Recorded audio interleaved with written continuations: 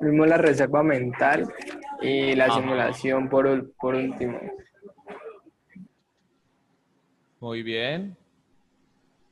Bueno, entonces, ¿qué vamos a ver? Bueno, y vamos a terminar con el tema de la simulación en los contratos. ¿Se acuerdan que hablamos sobre la simulación hace 8 días? Sí, profe, que era engañar a terceros. Ajá, engañar a terceros, pero a ver, pero sí, engañar a terceros y de qué manera usted engaña a un tercero.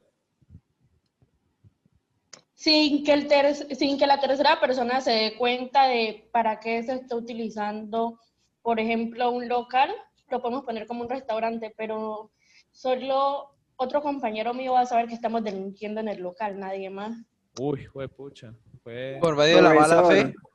profesor, Ajá, en la simulación hay una evolución, hay una voluntad sí, interna, pero se declara otro y se declara otra voluntad diferente a la real.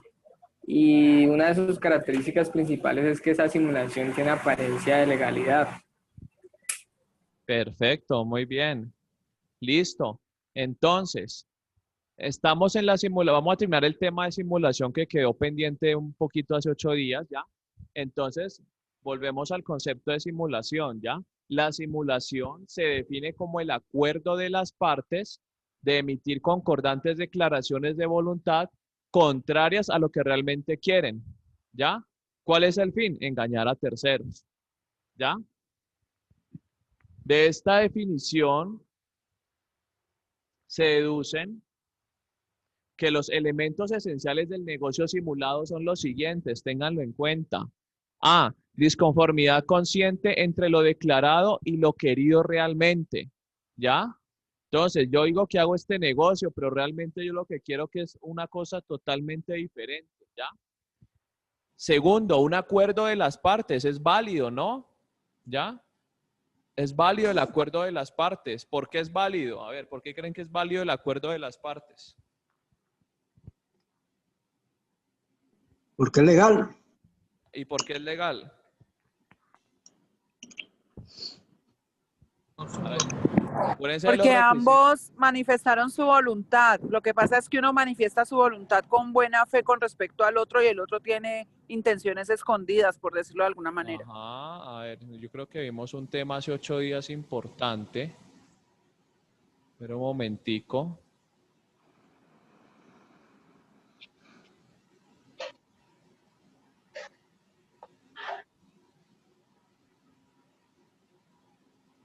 Bueno, eso está bien. Entonces, tiene que haber una capacidad, ¿cierto? Tiene que haber una validez. Bueno, entonces, un momentico. Entonces, B es un acuerdo de las partes en producir esta disconformidad entre la voluntad interna y la declarada y el fin de engañar a terceros, ¿no?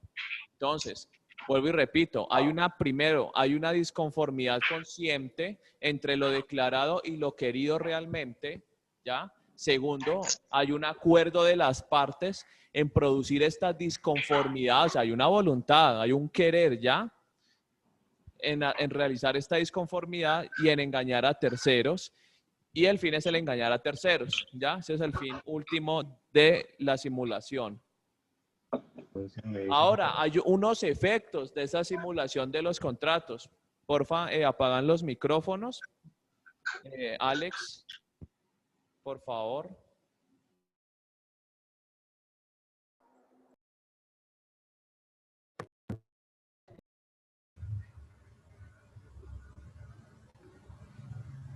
Listo. Entonces, efectos de la simulación de los contratos, ¿ya? Para estudiar los efectos de la simulación es preciso distinguir los relativos a las partes que han celebrado el negocio y los relacionados con terceros, ¿ya? Entre las partes que prevalece lo realmente querido, ¿ya? Careciendo de efecto lo simulado. En una compraventa de confianza, le será suficiente al que aparece como vendedor demostrar que la venta es ficticia, ¿ya? Es decir, que no quiso vender.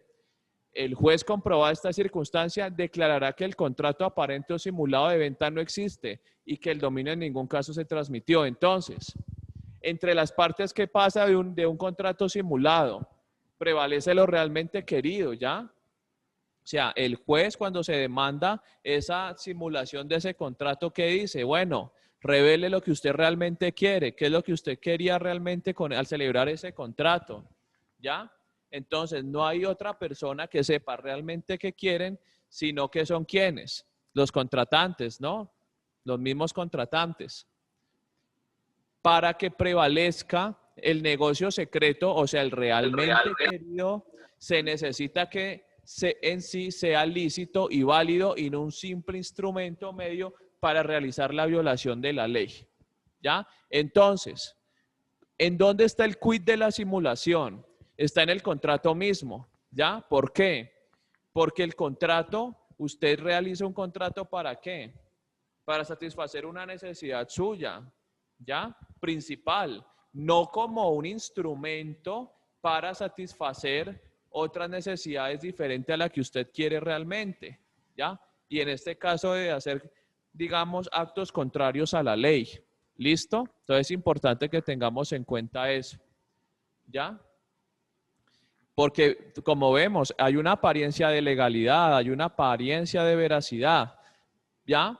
Pero si se descubre en últimas que realmente hay una simulación de un contrato, pues realmente ese contrato no va a tener vigencia porque es un instrumento para realizar, ¿qué? Una ilicitud. ¿Listo? Pues si se descubre que el verdadero negocio es en sí ilícito o inválido, no puede ser sostenido y caerá no por la simulación, sino por la ilicitud o la invalidez, ¿ya? O sea, por el fin que realmente persigue. ¿Listo? Ahora, en cuanto a terceros, los negocios simulados son válidos en relación con los terceros de buena fe. ¿Por qué son válidos? ¿Por qué son válidos? Porque no les afecta. A ver, ¿y por qué no les afecta? Mi querido Juan José. Porque la intención es de engañar a unos terceros, pero unos terceros determinados. O sea, la intención es de engañar a alguien en especial. Los otros terceros de buena fe, por decirlo de alguna forma, pues no tienen que ver en ese Ajá. acuerdo. Pero entonces, ¿por qué no perjudica? A ver, o sea, vas bien, Juan José, pero falta como, a ver, una explicación más desde el punto de vista de los terceros. Desde el punto de vista de los terceros, ¿por qué a ellos no les afecta esa simulación?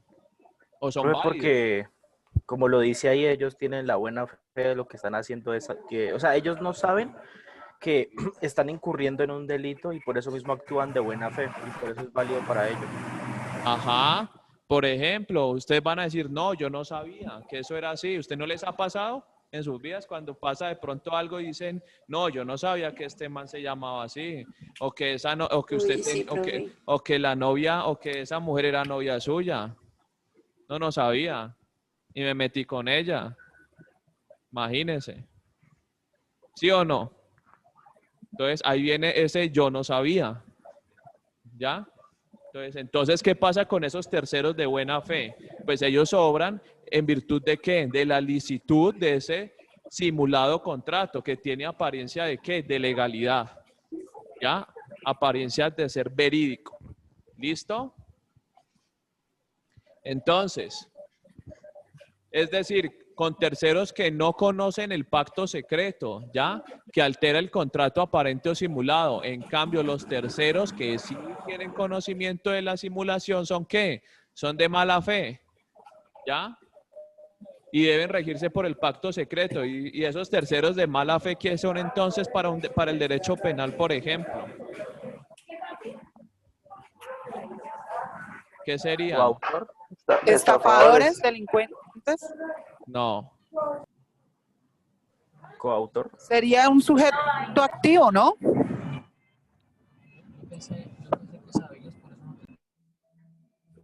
Apenas estamos en teoría del delito. Ahí serían cómplices, ¿no? Son los cómplices.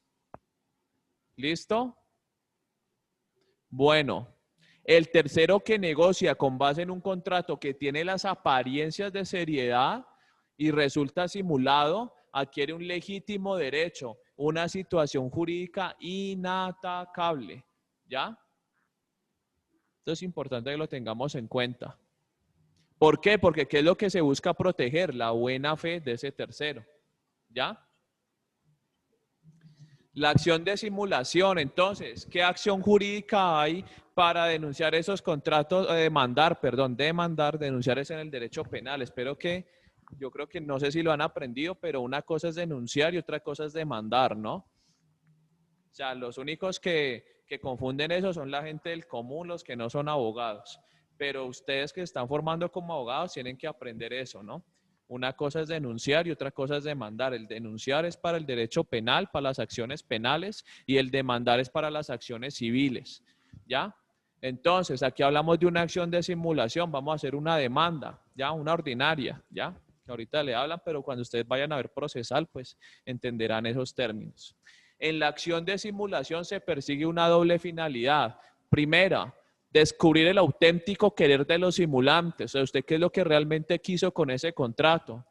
Como ustedes se han visto Annabelle o esas de terror. ¿Sí se han visto o no?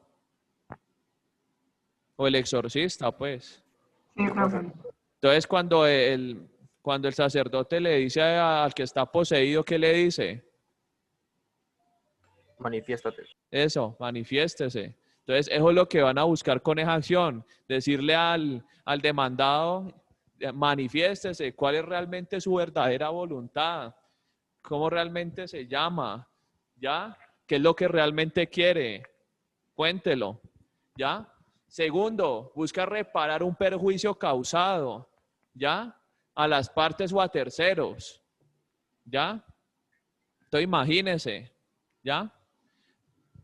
Entonces, por ejemplo, hay las personas que a veces se hacen pasar por hermanos y resulta que no eran hermanos sino novios, ¿ya? Y hay el tercero creyendo que está metiendo pues con alguien que no tiene novio, y va ahí todo el cuento, entonces imagínense. El primo.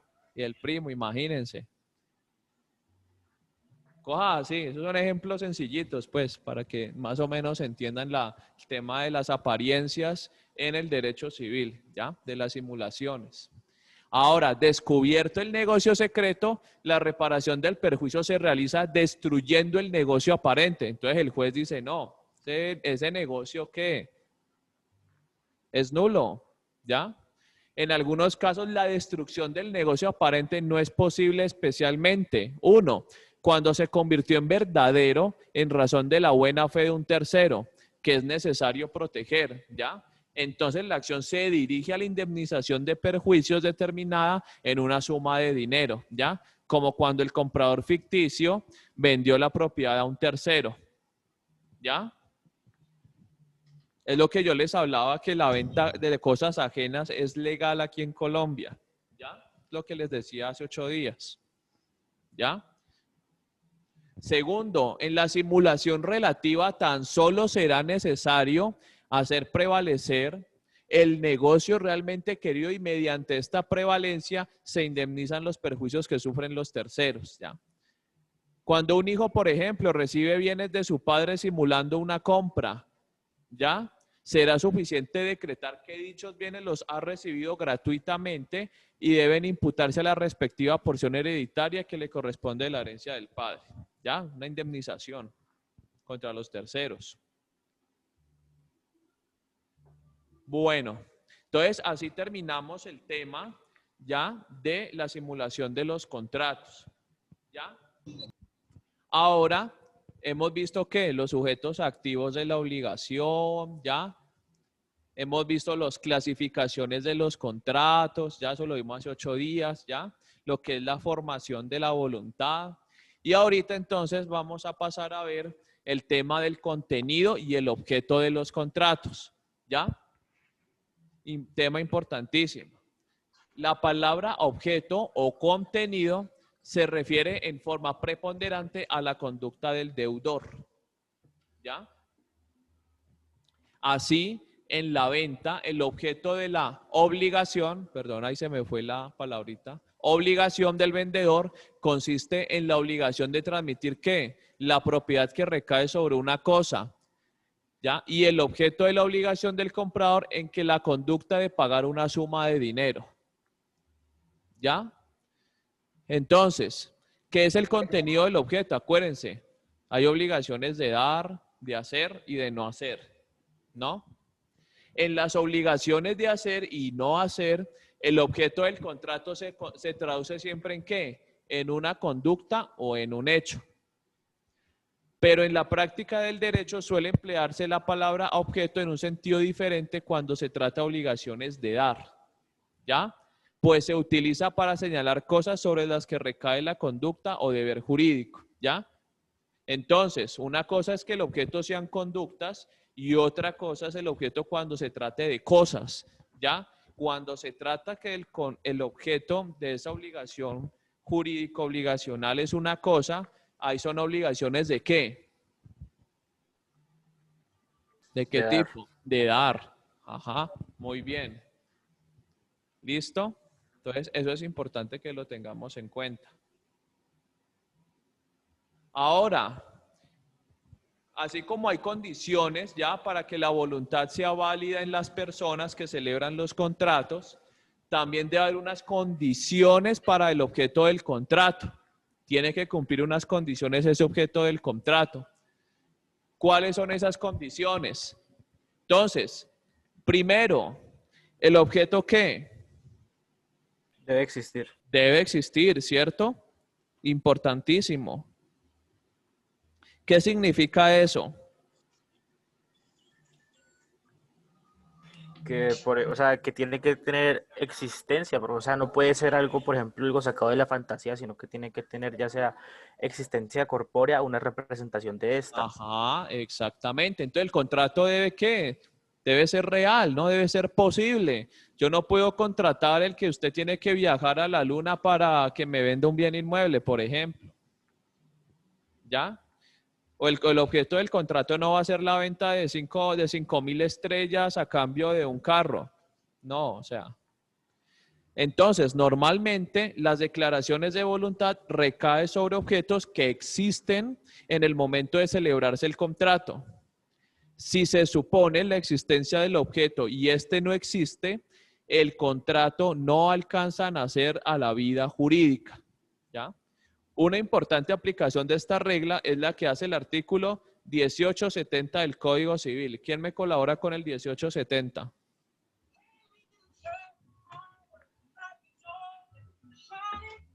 Artículo 1870 del Código Civil. La venta de una cosa que al tiempo de perfeccionarse, el contrato se supone existente y no existente, no produce efecto alguno. Y Si entonces, falta... hasta ahí. Y entonces, ¿qué pasa? ¿Qué dice esa norma?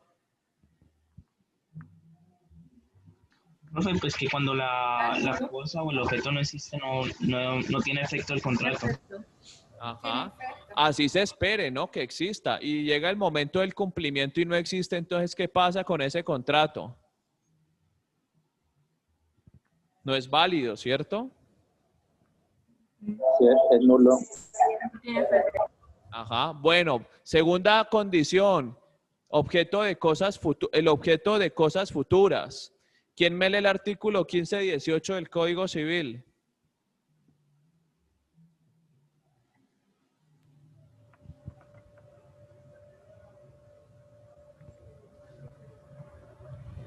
Artículo 1518. No solo las cosas que existen pueden ser objeto de una declaración de voluntad, sino las que se espera que existan. Pero es menester que las unas y las otras sean comerciales y que estén determinadas a lo menos en cuanto a su género. Ajá, muy bien. Entonces, el artículo 1518 nos advierte que pueden ser objeto de una declaración de voluntad que las cosas que se espera que existan, con la condición de que estén al menos determinadas en cuanto a qué. ¿En cuanto a qué? En cuanto al género. ¿Qué significa eso en cuanto al género? Por ejemplo, ¿qué? Un ejemplo sencillo, a ver, de género. Acá es. Ajá, ¿las qué? Perdón, las vacas. Ajá. Los caballos, profe. Eso, los caballos, las vacas, ¿ya? O sea, usted puede celebrar un contrato de 500 caballos, ¿ya? En un futuro, ¿ya? ¿Es válido o no es válido? Claro que sí. Exactamente, ¿ya? Sí, Entonces, es válido. si es válido, ¿ya? Siempre y cuando sea ¿qué? Respecto de su género. Esta variedad de contratos, escuchen, sobre cosas que se espera que lleguen a existir, tiene una gran importancia, ¿ya?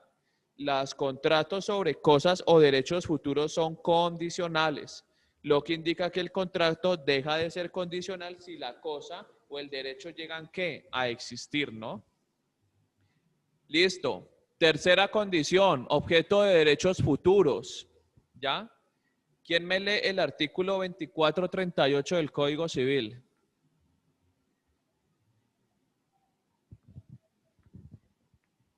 ¿Cuál, profe? Artículo 2438. La hipoteca podrá otorgarse bajo cualquier condición y desde o hasta cierto día. Otorgada bajo condición suspensiva o desde día incierto, no valdrá sino desde que se cumpla la condición o desde que llega el día. Pero cumplida la condición o llegando el día, será su fecha la misma de la inscripción. Podrá asimismo otorgarse en cualquier tiempo antes o después de los contratos a que acceda y correrá desde que se inscriba. Ok. Entonces, las declaraciones de voluntad también pueden recaer no solo sobre cosas, sino sobre qué también.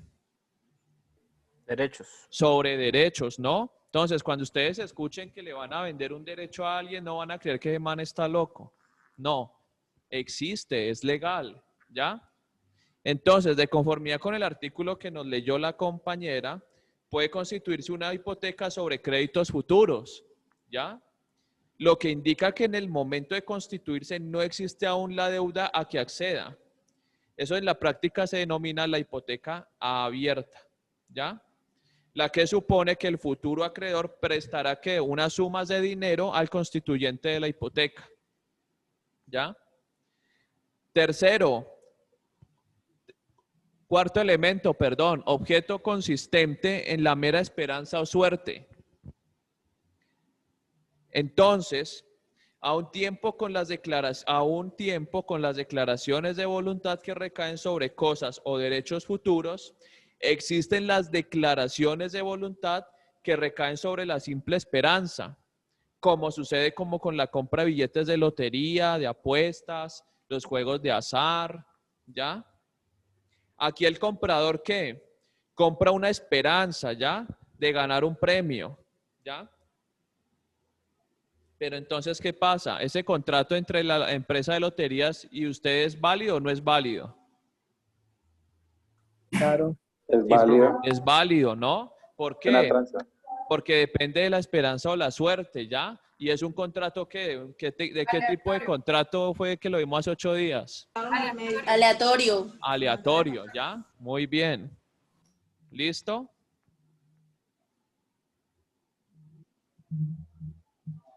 Ahora, hay unas excepciones, ¿ya? A esos contratos sobre cosas o derechos futuros, ¿ya? Entonces, por ejemplo, ¿quién me lee el artículo 1520 del Código Civil?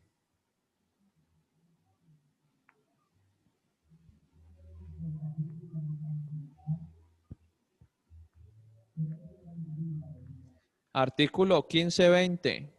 Por regla general, el derecho de suceder por causa de muerte a una persona viva no puede ser objeto de una donación o contrato, aun cuando intervenga el consentimiento de la misma persona. Entonces, a futuro, ¿qué está prohibido contratar? ¿Qué no se puede contratar? ¿Una herencia? ¿Los derechos qué? Hereditarios, ya, por ejemplo, el causante no puede negociar, no puede contratar, pagar con una herencia, por ejemplo, ¿no? Es que yo le pago la herencia de mi hijo. No, ya, eso no es válido, ¿ya? Ahora, Hay unos contratos que están prohibidos también, es algo que debemos de tener muy en cuenta. Por ejemplo, de la enajenación de cosas que no están en el comercio, es importante también que tengamos eso en cuenta. ¿Ya? Los contratos contrarios al orden público, por ejemplo, ¿ya? No se puede contratar porque usted no le puede vender a una persona que un parque, ¿ya? Una plaza, ¿ya? Un inmueble del Estado. Usted no puede hacer un contrato sobre bienes públicos. ¿Listo?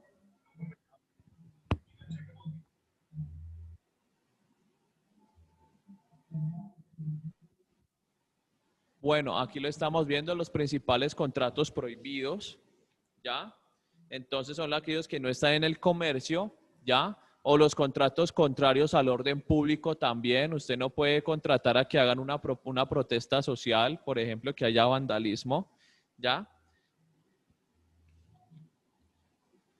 Y los contratos contrarios a las buenas costumbres, ¿no? Usted tampoco puede contratar algo que sea contrario a la buena costumbre. ¿Por qué? Porque es ilícito, va en contra ya de una causa lícita y de un objeto lícito. Eso lo vamos a ver ahora. Listo, entonces, así las cosas, llegamos a un tema importantísimo, ¿ya? Entonces, vimos cuáles son las condiciones en cuanto al contenido y al objeto de los contratos. Ahora, ¿qué vamos a ver? Los elementos esenciales de un contrato, ¿ya? Sin los cuales, ¿qué pasa? Un contrato pues no existe, un contrato no es, ¿ya?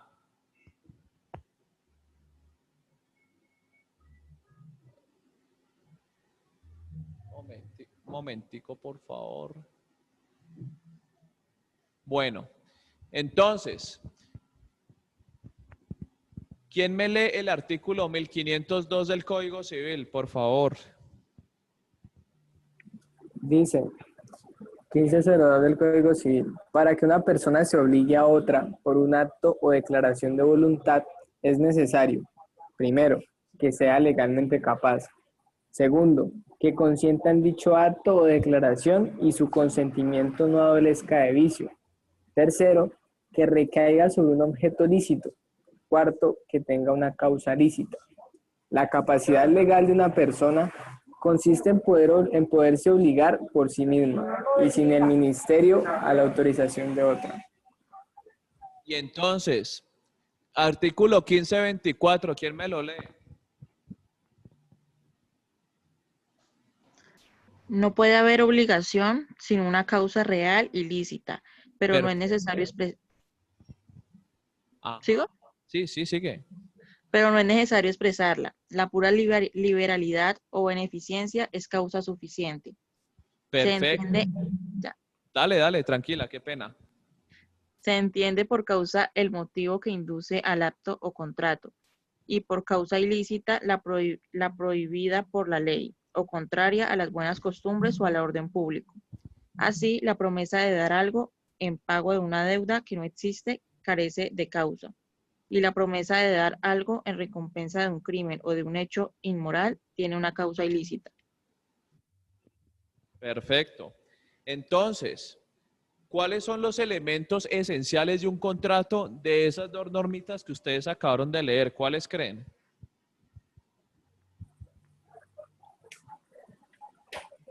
Especialmente del 1502. Ese les dicen cuáles son los elementos. La voluntad del objeto y que sea una causa real y ilícita. Consentimiento, capacidad y sí, el objeto. Entonces, 1502, vuelvo y lo leo. Esto quiero que lo tengan muy en claro, ¿ya? Porque estos son los requisitos para que un contrato sea válido, ¿ya? Para que una persona se obligue a otra por un pacto o declaración de voluntad, ¿ya? Es necesario, primero, que sea legalmente capaz, ¿no? Que tenga capacidad, ¿ya? Segundo, que consienta en dicho acto o declaración. ¿Qué quiere decir eso? Que no tenga ¿qué? Que no tenga algún vicio de ese consentimiento, que sea libre. Acuérdense lo que vimos hace 8 días, que hay una liberalidad. ¿Ya? Tercero, que recaiga sobre un objeto lícito. ¿Ya? O sea, que no sea contrario a las buenas costumbres, que el objeto no sea un bien de propiedad del Estado. ¿Ya? Y cuarto, que tenga una causa, ¿qué? Lícita. ¿Ya? Entonces, ¿cuándo hay una causa ilícita, según ustedes? ¿Ustedes qué creen que cuando hay una causa ilícita?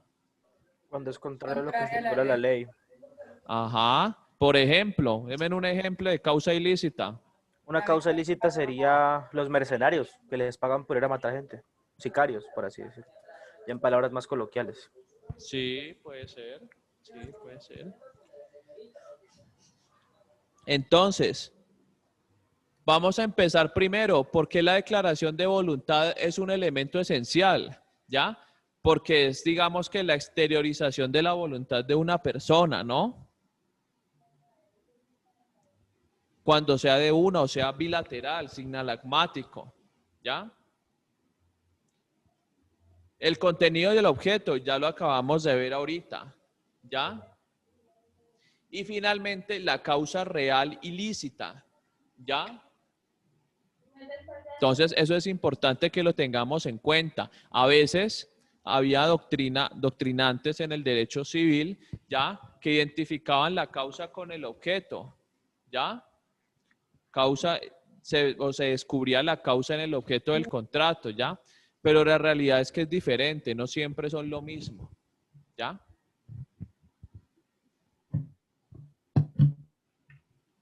Listo, entonces tenemos presente cuáles son los elementos esenciales del contrato y espero que no se les olvide, ¿ya? De aquí al parcial final. Bien, entonces ahora uno dice, bueno, entonces, ¿cómo se forma el contrato? ¿Cómo se hace esa formación del contrato? Entonces, de aquí en adelante, ya vamos a ver las etapas para que un contrato, ¿qué? Sea válido, ¿ya? Entonces, hay 3 etapas. La etapa precontractual, ¿ya? La etapa contractual y la etapa, ¿qué? Postcontractual, ¿ya? Entonces, ¿qué se imaginan que es la etapa precontractual? A ver, los escucho. Antes del contrato. Antes de firmar. La negociación. La negociación. Ajá. ¿Y qué pasa en esas negociaciones? Se pactan cláusulas. Es cuando se llegan a los acuerdos. Ajá. Y El entonces, choque de las voluntades. ajá, un choque de las voluntades, dijeron ahí, mucho choque. Más bien una tensión de voluntades, porque es una negociación. Porque es que como el contrato tiene objetivo satisfacer 2 necesidades, cada uno va a tratar de sacar la mejor parte. Eso es una tensión entre las voluntades y entre las necesidades. Ajá, muy bien. Uy, pucha, Laura Camila, qué bien. Mejor dicho, ya hablo como magistrada de la Corte Suprema, por Dios. Muy bien. Sí, pero no fue Laura Camila, profesor. ¿Quién fue entonces? Claudia. ¿Quién? Profe, fue Claudia. Claudia. Bueno, entonces, vamos a ver la formación del contrato, ¿ya? La formación del contrato es la etapa precontractual, ¿ya? O sea, lo que va antes del contrato, ¿ya? ¿Antes de qué? De perfeccionarse el contrato, ¿ya? Entonces, por ejemplo, ahí decían, yo iba a colocar un ejemplo más romántico, ¿ya? ¿Qué hace un novio cuando quiere conquistar a una muchacha? Pues no hablo de bueno, aunque hay mujeres que también hacen lo mismo, ¿no? Hoy en día, que van y conquistan al muchacho, ¿no? Ahí los hay. Ya. Pero, ¿qué hace normalmente un hombre cuando va a conquistar a una mujer? ¿Qué hace? Profe, muchas cosas. Pues, bueno, pues yo no sé, a ver, pues, ¿entre cuáles, por ejemplo? A ver, ¿cuáles son esas muchas cosas? A ver. Invitarla a salir, darle detalles. Primero es el número, para poder hablarle. ¿Cómo es que dicen por ahí que le dé las placas, cierto? Profe, eso ya no se usa. Imagínense. Entonces, ¿cómo se dice ahorita? Primero el Instagram y luego el número, profe. ¿Primero qué? Le saca el número del grupo de WhatsApp de la materia, profe. Ah, me pucha. Uy, sí, profe. Mejor dicho, sabe, ¿no? ¿Qué más? A ver, no, está bien. Bueno, a ver, pero, a ver, listo, pero después dejo qué pasa. A ver, ¿usted cómo la va a conquistar ella entonces? Aparte de sacarle el número, ¿qué más? Un Ella no, se lo proceso. va a dar, ella no se lo va a dar porque lo vio, tenga mi número y ya. No, ella va a expresar una declaración de voluntad, pero entonces ¿usted cómo quiere formar esa voluntad? Profe, yo también quiero saber. Pero pide. A ver, a los hombres, ¿aquí no hay hombres o qué? Se fueron los hombres. Por el desprecio, profe. Profe, le empieza a hablar uno suavecito por ahí, discretamente. Profe, sí, discreto, profe. Primero hay una pillan. etapa de conquista, profe. Por eso, ¿y qué hacen para conquistar una mujer? Es que no se, es que, Profe, no hay es que otro no, ejemplo. es que no se pueden decir el modo operandi de nosotros porque entonces ya no tenemos Claro, con qué profe, o timarlas sea, después. Bueno, Sí, bueno, paren ahí, le voy a preguntar a las niñas. A ver, niñas, ¿cómo las han conquistado ustedes? A ver. Pues con comida, con mucha comida. Con chocolate. Invitaciones, profe. Profe, con mucha chocolate. comida, sí. Comida. Sí, Vea comida. pues. O sea, la verdad me parece está más sencillo de como era antes, no sé, si hablan de comida, invitaciones, pues. Una buena salchipapa y ya. ¿Una buena qué? Profe, ¿usted cómo le hace entonces? Buena salchipapa. No, Oiga, una hamburguesa bien grande, una hamburguesa por ahí de 50.000. Ay, qué rico. Oiga, de una del corral, diga. Sí. Un corralazo. O TDT, pues, una TDT. ¿Sí las han invitado a TDT o no? Uy, pero eso es mucha comida. Sí, Bueno. profe, 3 veces. Bueno, entonces, bueno, mejor dicho, yo pensé que aquí iba a saber hacer un buen ejemplo de la formación del contrato, pero pues, bueno, los unos que no quieren revelar el secreto de la conquista y la otra dijeron que a punta de comida e invitaciones, pero bueno, es bueno saber, bueno. Yo creía que era más complejo hoy conquistar a una mujer que hace un par de años. No, eso es chévere, no, o sea, no quiere decir que sea más... ¿Cómo era, profe? Señora. ¿Cómo era antes, profe? ¿Cómo era antes? No, profe, pero es que Los usted tiene que hablar de ahora que hay muchos jóvenes. Ya usted, ya, profe, no. Tirándole peritas a la ventana. No, ahorita... Con señales de humo. Ahorita, mejor dicho, uno... O yo lo hacía, lo hago, pues, por lo menos una serenata, por lo menos un ramo de flores, una invitación, pero a un buen sitio. A ver si volvemos a lo clásico, profe. Una cartica bien chévere, bien sentida, ¿ya? Con puño y letra, ¿ya? No, Bueno, pero... en fin, Ay, sí, los mejores detalles. en fin, bueno. Maleta hecha a mano.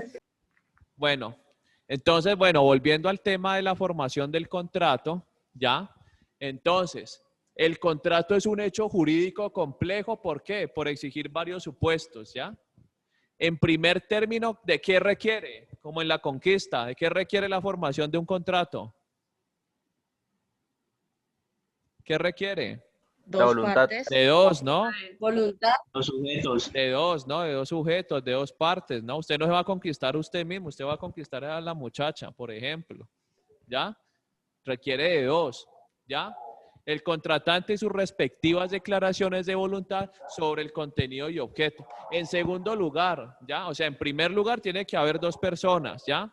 En segundo lugar tiene que haber un contenido y un objeto de ese contrato, ¿ya? En segundo lugar, muchos contratos exigen que las declaraciones de voluntad sean escritas en una forma determinada. Por ejemplo, los contratos solemnes, ¿ya? Finalmente, existen contratos que para su perfeccionamiento requieren que el asentamiento o la aprobación de un tercero o de la autoridad judicial, ¿ya? Entonces, ¿cómo se forma un contrato? A través de, como ustedes bien dijeron, de las negociaciones, ¿ya? Y en esas negociaciones tiene que haber, ¿qué? Dos personas, un emisor y un receptor, le decían a uno, ¿ya? Una persona que, ¿qué hace? ¿Qué hace una persona respecto de la otra? ¿Hace qué? ¿Una qué? Una o fe. Una oferta. Una oferta, ajá. Hace una oferta, ¿ya? Le dice, vea, yo soy el mejor hombre, el mejor man que hay aquí en Cali, el más papacito, el más guapo, ¿ya? Tiene un supercarro, ¿ya? Que tiene mejores sentimientos. Cuádrese conmigo. Una oferta, ¿no? Una oferta. No. ¿Ah? Si llega presumiendo todo eso, cancelado. ¿También qué? Publicidad Si llega engañosa es presumiendo esa. todo lo que tiene, cancelado. Imagínense. Bueno, entonces ya depende de quién, de un receptor que aceptar o negar esa oferta, ¿no? Entonces dice, no, yo no la acepto, no me gustó, punto. ¿Ya? O lo deja en visto en WhatsApp y hasta ahí llegó. ¿Ya? En fin. Entonces, la formación del contrato requiere de dos personas, requiere de un oferente y de un receptor también, ¿ya? Ahora, hay contratos, ¿ya? Que porque son, digamos, por su naturaleza requieren que una solemnidad, que se perfeccione una solemnidad, ¿ya? Por ejemplo, una escritura pública, ¿ya? Acuérdense, hace 8 días que vimos el título y el modo, ¿ya? Aquí ya existen el tema de las promesas, ¿ya? De compraventa, ¿ya? Existen contratos que se forman en un solo instante, como cuando se compra una mercancía en un almacén, ¿ya? Y hay otros que requieren un proceso de formación. Ahora, la pregunta es, ¿qué valor tienen las etapas preliminares del contrato? Es decir, aquellos hechos jurídicos que son parte integrante del contrato, pero que aún no son el contrato, ¿ya? Entonces, ¿qué valor tienen esas etapas preliminares? Entonces, lo que decíamos ahora, primero, hay una declaración recepticia de la voluntad, hay una oferta en el contrato, ¿ya? Entonces, se denominan declaraciones recepticias de voluntad las que se dirigen a una persona determinada, ¿ya? A una, ¿ya? Bueno, en el caso de las conquistas, pues a veces eso varía un poco, ¿no? Hoy en día, ¿no? A veces hay hombres y mujeres que no conquistan a uno solamente y no a dos o a tres, pero bueno. Es decir, las que tienen un destinatario cierto, ¿no? Entre tanto, las declaraciones no recepticias son las que no es necesario dirigir a una persona determinada, ¿ya? En general, la ley da valor a estas declaraciones cuando sus efectos solo vinculan la esfera jurídica del declarante, ¿ya? Como sucede en el testamento, la revocación de este, ¿ya? La oferta del contrato se encuentra cuando existe la declaración recepticia de la voluntad o oferta del contrato y cuando esa declaración contiene todos los elementos del contrato, ¿ya? De manera que para perfeccionarse solo falte que la aceptación de la otra parte. Entonces, cuando llega el oferente y le dice, vea, yo le quiero comprar ese carro, ¿ya? Y se lo voy a pagar, se lo va a pagar de contado, vale tanto, listo, está hecho prácticamente el negocio, ¿ya? Ahora, quiero ese carro de color azul, de la marca tal, de características tales, ¿ya? Entonces, ¿qué hace el vendedor? Ahí tiene que aceptar o rechazar la oferta.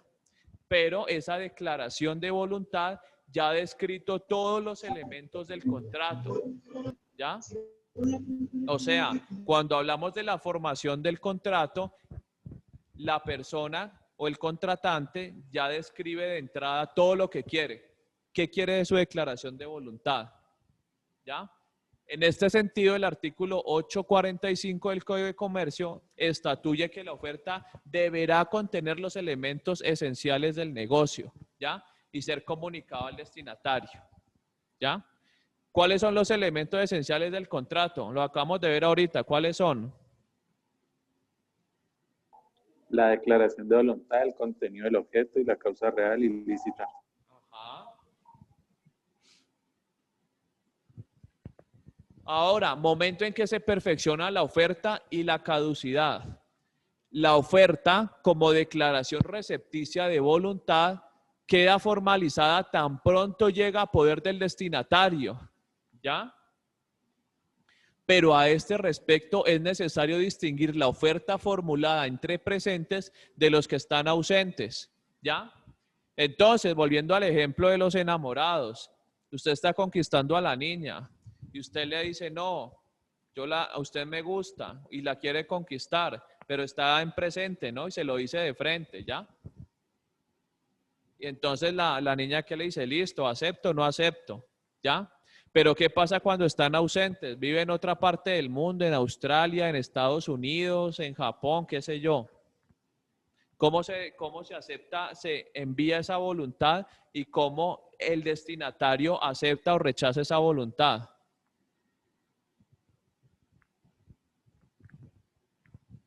Aunque ahorita digamos que pues por los medios tecnológicos, pues bueno, uno dice, bueno, uno puede entender, digamos, que se ha recibido la declaración de voluntad, ¿ya?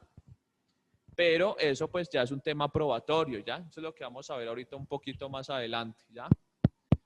Entonces, la oferta como declaración recepticia de voluntad, vuelvo y repito, queda formalizada tan pronto llegue al poder del destinatario, ¿ya? Pero a este respecto es necesario distinguir la oferta fórmula entre presentes de la expresada entre ausentes.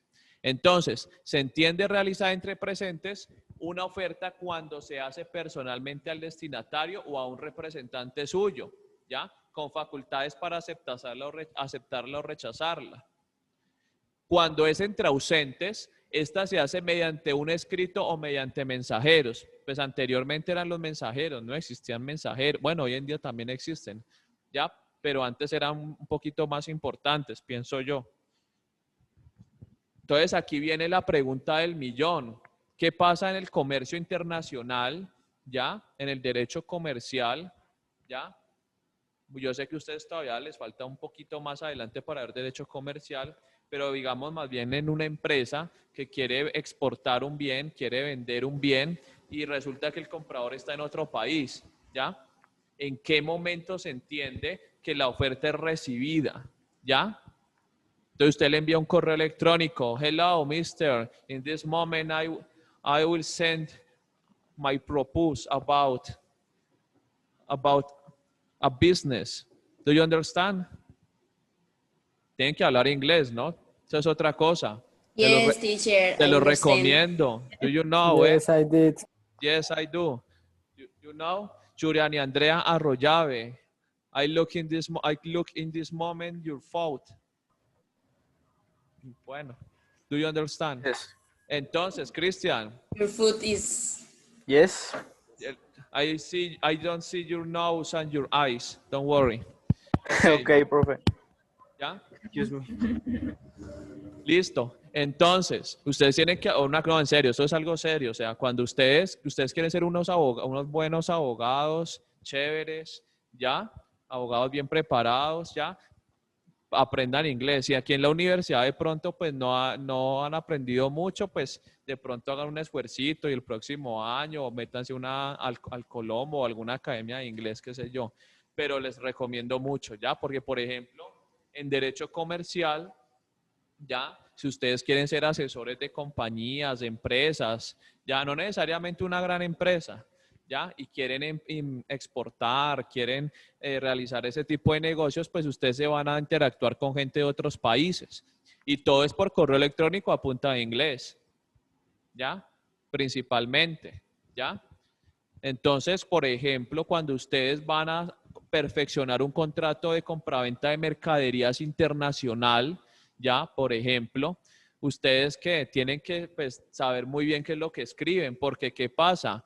Ustedes están ¿qué? Tratando de ¿qué? De formar un contrato, ¿ya?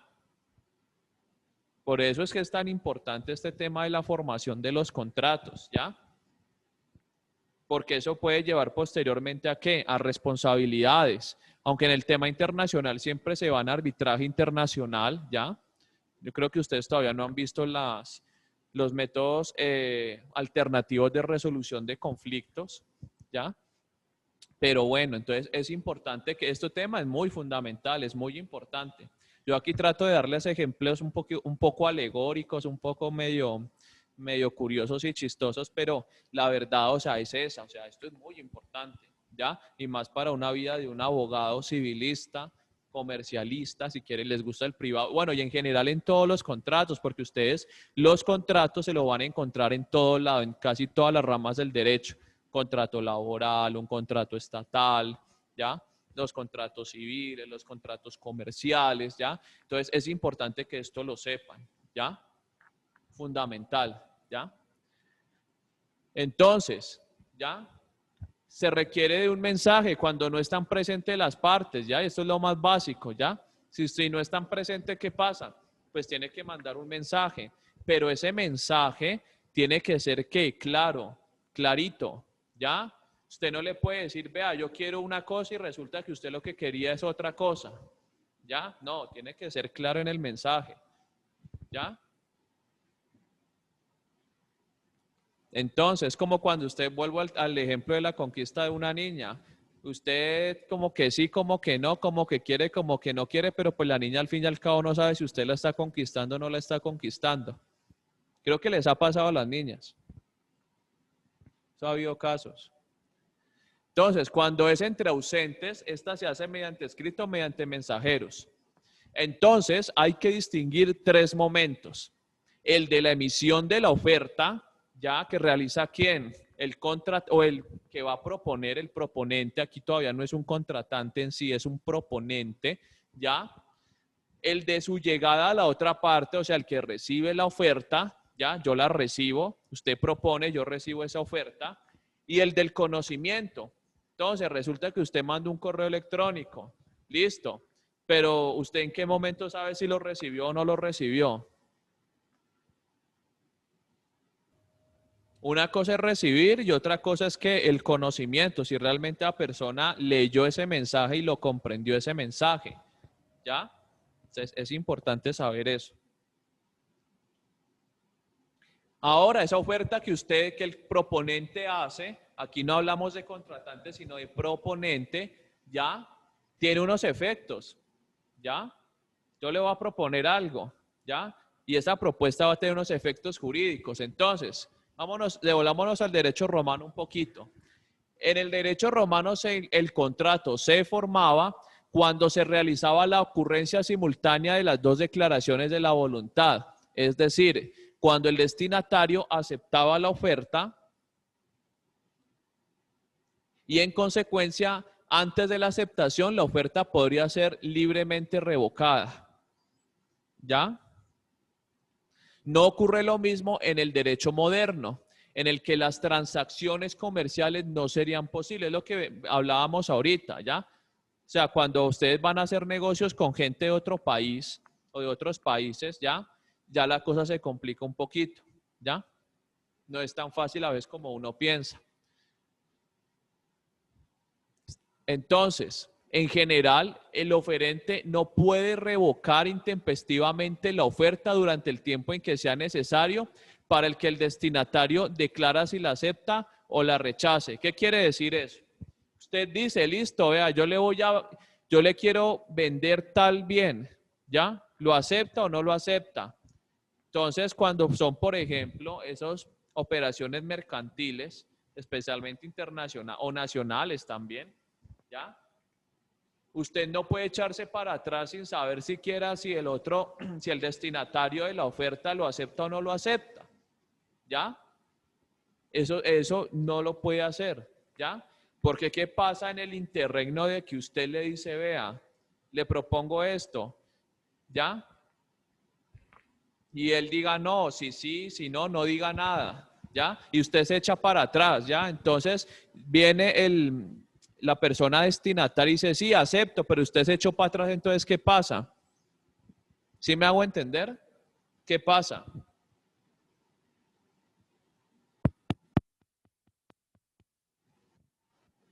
¿Qué se imaginan? Tiene que pagar los perjuicios que le hizo a la otra parte. Ajá, ¿por qué? Porque, por lo que estábamos hablando ahorita, los dos esperan obtener un beneficio de ese contrato.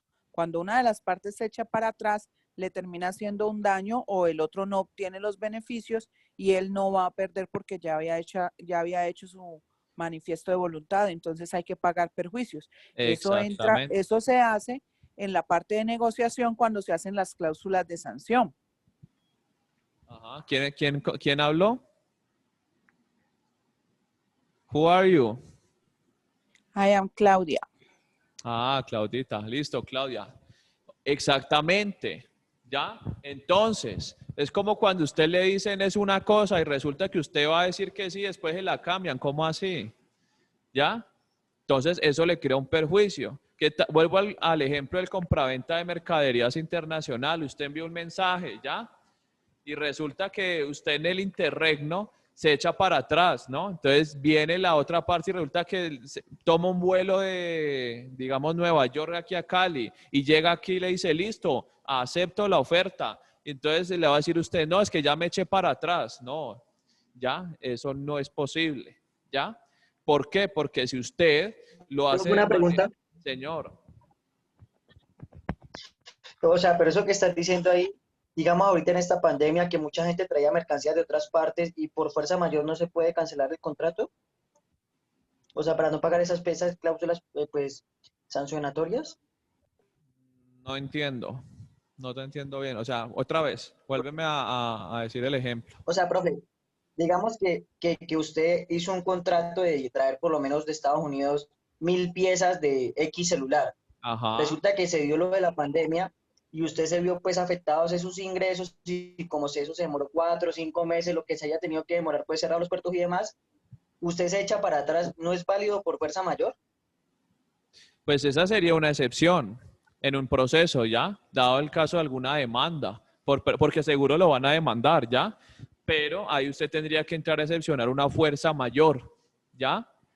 Pero eso tiene que ser muy bien probado y muy bien argumentado, ¿no? El por qué usted se echó para atrás, ¿ya?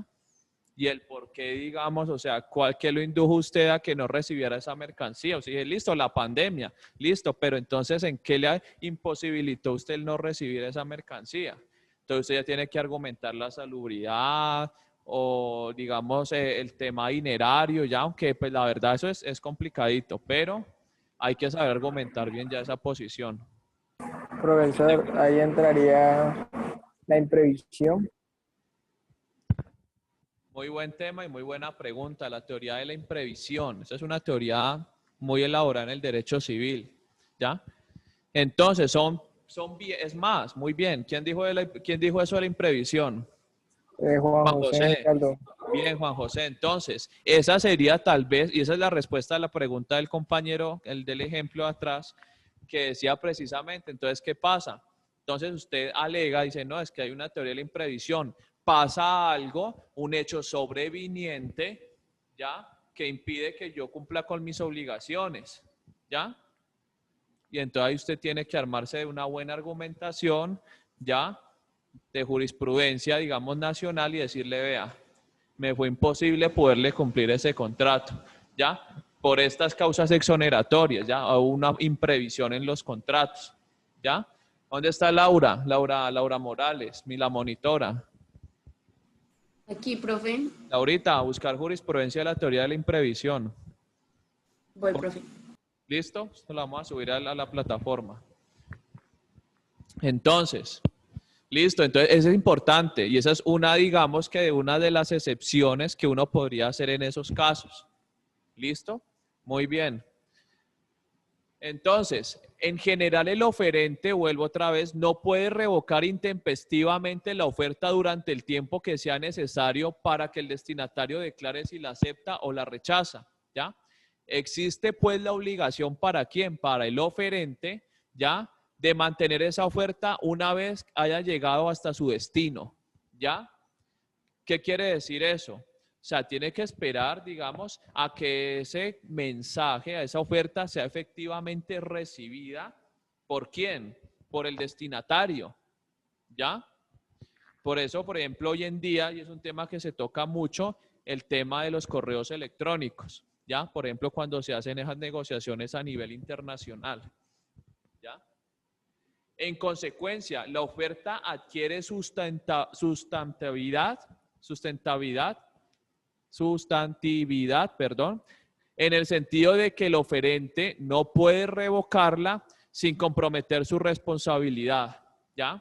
Por lo tanto, la oferta sigue en pie, ojo a ese concepto, una oferta que está en pie, aún en caso de muerte del proponente o de la incapacidad sobreviniente, pues la obligación de mantenerla se transmite a los herederos en el sentido del artículo 846 del Código de Comercio. ¿Ya? Artículo para que lo lean. ¿Qué artículo? Qué pena. 846 del Código de Comercio.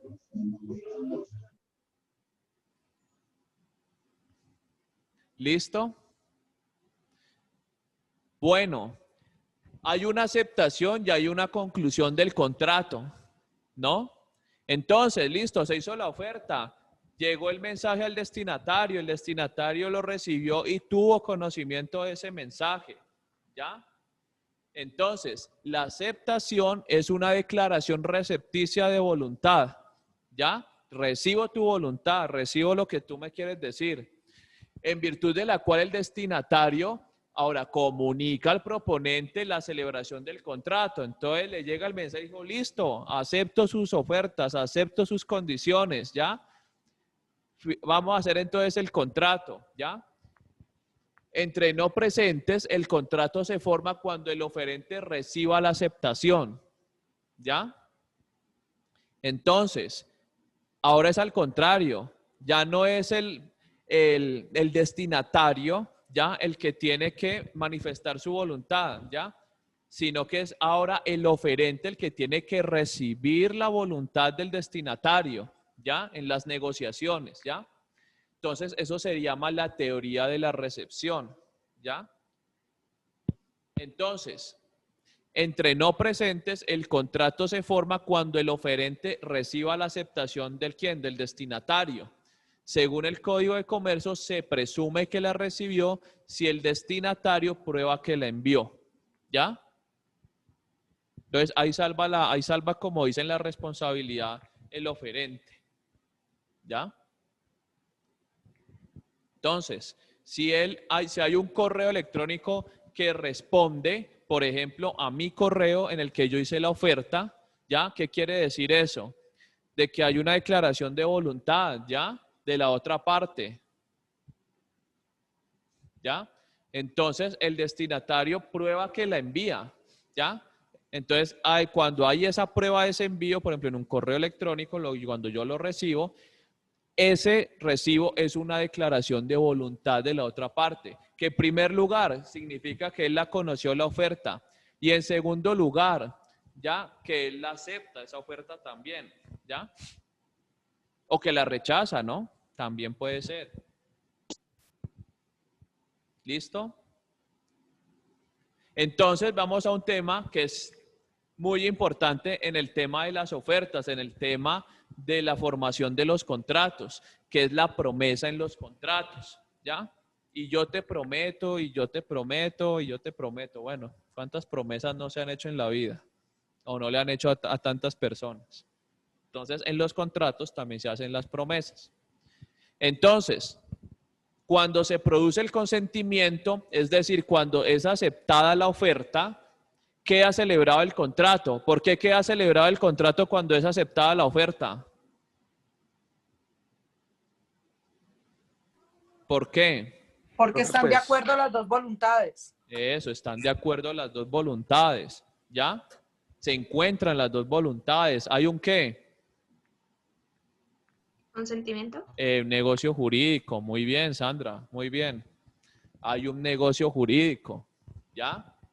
Entonces, en algunos contratos se exigen para su perfeccionamiento ¿qué? Una solemnidad, ¿ya? No solamente es la declaración o el encuentro de las voluntades, sino que una solemnidad, tiene que haber una solemnidad. Por ejemplo, volvemos al tema de los bienes, la escritura pública y el registro, ¿ya? Que es en el certificado de tradición, ¿ya? Título y modo, ¿ya?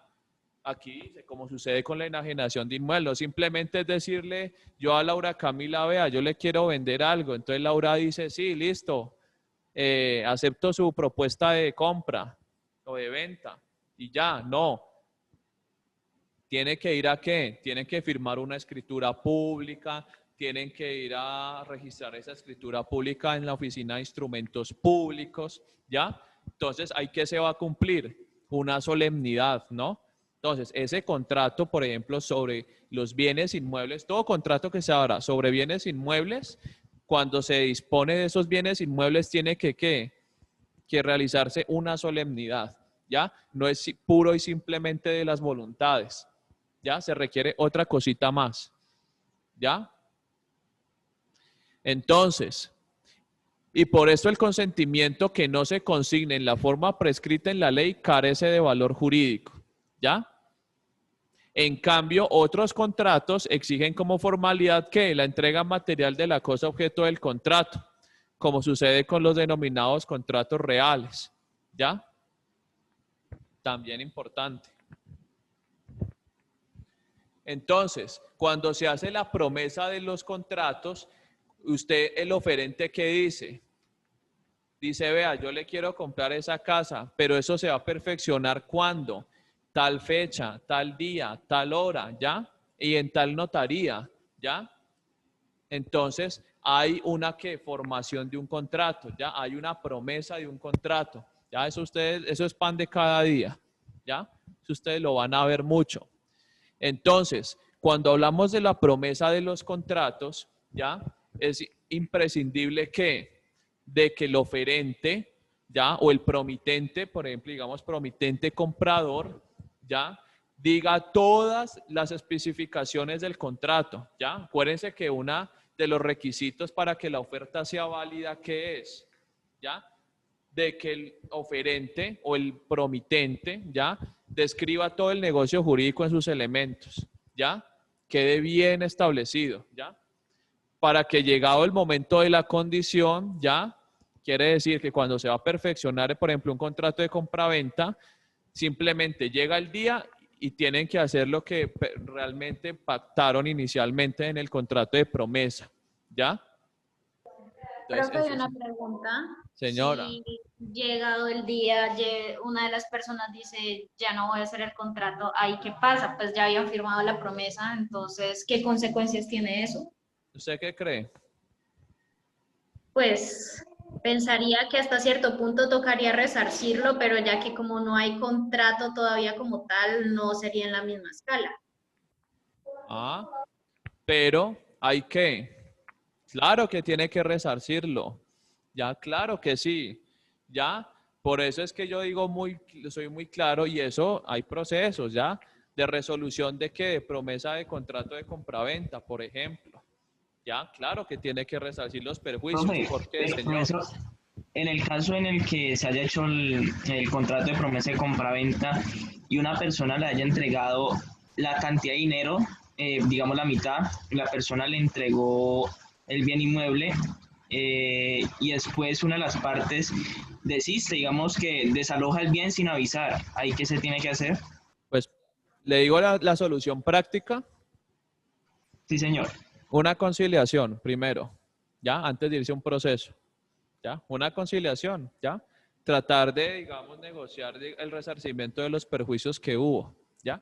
Entonces tiene que llegarse a una conciliación. Esa es la opción, se lo digo pues desde la vida profesional, una, digamos, opción práctica. Pero si no, ¿ya? Si no hay, siempre, digamos, se tienen que resarcir unos perjuicios. ¿Y por qué unos perjuicios? ¿Ya? ¿Por qué unos perjuicios? Porque hay una expectativa, ¿ya? Porque hay una declaración de voluntad, ¿ya? Porque si usted, digamos, vamos a firmar un contrato de promesa y le he adelantado un valor, como casi en todos los contratos de promesa de compraventa, hay un valor pactado y que ya se ha pagado, por ejemplo, la mitad del valor de un bien inmueble, ¿ya? Entonces uno dice en la conciliación, bueno, en la conciliación dice, bueno, devuélvame entonces lo que yo le pagué más los intereses, ¿ya? Generados a título de sanción, ¿ya? Pero si la otra dice, no, no quiero, no me parece, y bueno, y ahí se van pues a un pleito. Entonces, ahí ya se va una demanda donde se busca, ¿qué? El resarcimiento de perjuicios por esa expectativa que fue, ¿qué? Frustrada, ¿ya? Y que usted le produjo, ¿qué? Unos gastos, ¿ya? Porque usted está pagando por algo que usted finalmente no va a disfrutar, ¿ya? Pero si la persona que pagó fue la que, digámoslo así, incumplió con la promesa. La que pagó. Sí, señor. Pero ¿cómo así? O sea, llegó el día y no pagó el restante, ¿o qué? Sí, no pagó el restante y desalojó la casa sin avisar ni nada. Y el tiempo después... Ahí lo que tiene que hacer es simplemente, ya es de parte del propietario, ya tiene que demandar al promitente comprador, ¿ya? ya se voltea la torta, por así decirlo, ¿ya? Ah, ok, pero de igual forma existe el compromiso de devolver el dinero. Claro que sí. O sea, si él, digamos, pagó y todo el cuento y resulta que llegó el día y no celebraron pues nada, ¿por culpa de quién? Por culpa del oferente. Entonces, ¿qué pasa? Tiene que resarcirle los perjuicios y el propietario, ¿qué tiene que hacer? Pues tiene que buscar una acción legal para que le resarzan los perjuicios y para que le devuelvan en segundo lugar el bien inmueble. ¿Ya? Esa es otra. Si ya le entregaron. ¿Ya? O sea, ahí depende de cualquiera de las dos partes afectadas y mirar en dónde estuvo la mala fe, si estuvo en el oferente o el promitente comprador o el promitente vendedor. ¿Ya? Eso hay casos, los que ustedes quieran. Ya eso es lo que más hay. Por eso es importante este tema de la formación de los contratos, ¿ya? Ahora, hay promesas bilaterales de contrato, ¿ya? No solamente hay bilaterales y unilaterales, no, vamos a ver primero las bilaterales, ¿ya? La promesa bilateral, ambos contratantes deben haberse obligado a celebrar un contrato, ¿ya? Como en el caso de la promesa de compraventa. Entonces, la promesa bilateral del contrato requiere de todos los elementos del contrato, que estos se hayan reunido, de suerte que solo falta alguna solemnidad, ¿ya? La promesa bilateral del contrato es solemne y no requiere que se haga constar por escrito. No existen promesas bilaterales de contrato simplemente verbales, ¿ya? Casi siempre las promesas de contrato bilateral, ¿ya? Son solemnes, casi siempre. Se exige que la promesa tenga un plazo o condición determinado que fije la época en que ha de celebrarse el contrato, como el contrato de promesa de compraventa, ¿ya? Tiene que designarse el día, la hora, la notaría, ¿ya? ¿Dónde va a ser firmado? ¿Ya? ¿Cuánto falta por pagar? Si pagó por adelantado, pagó o le falta por pagar una parte. ¿Ya? Y finalmente, todo contrato puede ser prometido, ya no solamente los contratos de promesa de compraventa, ¿no? Eso es algo que lo tengan muy en claro, que pasa es que la compraventa es muy popular y muy común, pero cualquier tipo de contrato puede ser prometido, ¿ya? La promesa existe para todo tipo de contrato. ¿Ya? Promesa unilateral u opción, ¿ya? Entonces, la promesa unilateral u opción consiste en la obligación que un contratante contrae de celebrar un contrato en caso de que la otra parte se decida a ello. La promesa unilateral u opción es distinta a la promesa bilateral. En esta, ambas partes se obligan mutuamente a concluir un contrato. En cambio, en la opción o en la unilateral, solo uno de los contratantes se obliga, en tanto que el otro queda en libertad de celebrar o abstenerse de celebrar el contrato opcionado. ¿Ya? Ahora, entonces, ¿qué pasa? En la formación de los contratos o en la etapa precontractual, ¿ya? Hay una responsabilidad, ¿ya? ¿Qué pasa entonces cuando se ha burlado la buena fe del oferente, ¿ya? O del destinatario de la oferta, ¿ya? ¿Qué pasa? Entonces, ahí veníamos con el tema de que tiene que indemnizarse perjuicios, tiene que reconocerse ese daño, ¿ya? Entonces, hay una responsabilidad precontractual. Las responsabilidades precontractuales son las famosas culpas in contrahendo, ¿ya? Esta palabrita, o más bien estas dos palabras, dos palabrejas, culpa in contrahendo, ustedes se las van a encontrar mucho de aquí en adelante, ¿ya? Cuando ustedes le hablen de culpa in contrahendo, ustedes se van a acordar que es que la culpa o la responsabilidad precontractual, ¿ya? Entonces, de cuanto se ha expuesto, es fácil deducir que en muchos casos el contrato no se forma en un momento único, ¿ya? Un contrato no se perfecciona al instante, la gran mayoría de contratos no se perfeccionan ya, sino que requiere ciertas etapas, ¿ya? Preliminares. Realizadas algunas de estas etapas, por ejemplo, la oferta, el que recibe tiene confianza en la formación del contrato y si resuelve aceptarla. Por otra parte, los contratantes confían en celebrar un contrato ya válido, ya hay una confianza. Esta confianza puede ser lesionada por hecho o por culpa de uno de los contratantes, ya sea porque el que propone retire la oferta sin un motivo justificado o porque el contrato resulte inexistente o nulo. Y a eso yo le agregaría ilícito. ¿Ya? También. ¿Ya?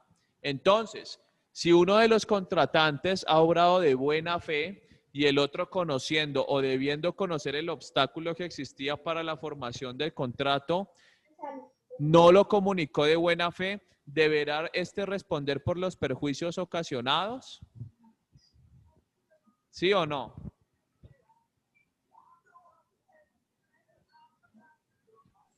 Sí, profe. ¿Por qué? Abogados, a ver. ¿Acto de mala fe?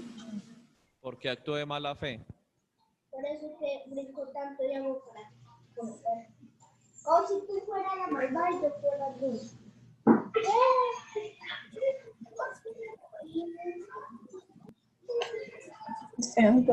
A ver, estimados. Porque él era consciente que había un impedimento, o sea, él sabía de esa imposibilidad de la formación del contrato. Y él tenía que comunicarlo. Exactamente, ¿ya? ¿Por qué? Porque esta relación, así sea en la etapa precontractual, tiene que haber que una confianza entre los contratantes, ¿ya? La buena fe, ¿ya?